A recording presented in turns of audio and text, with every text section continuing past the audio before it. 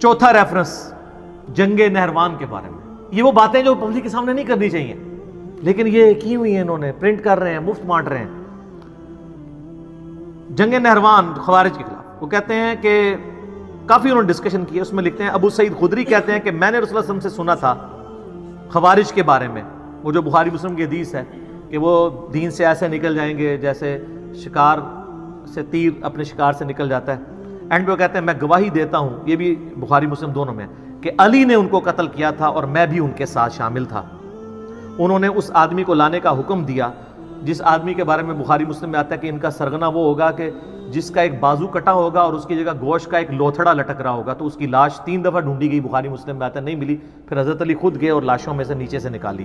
تو وہاں پھر صحابہ نے نعرہ لگایا کہ حضرت علی حق پہ ہیں، کیونکہ نبی علیہ السلام نے پہلے ہی فرمایا تھا کہ یہ ان کے سرغنہ کی نشانی ہوگی.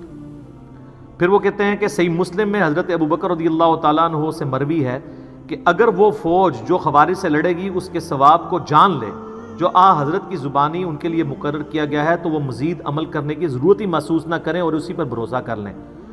یعنی خوارج کے خلاف لڑنا اتنی بڑی نیکی ہے کہ اس کے بعد خارجیوں کے خلاف لڑنے والوں کو اور کوئی نیکی کا کام کرنے کی ضرورت نہیں. جیسے بخاری مسلم میں آتا ہے کہ اہل بدر کی ہر غلطی معاف ہے، اس طرح خوارج کے خلاف جو حضرت علی کے ساتھی تھے ان کے بارے میں مسلم شریف انہوں نے ویسے لکھا ہے حضرت ابوبکر سے مروی ہے، وہ حضرت علی سے ہی مروی ہے.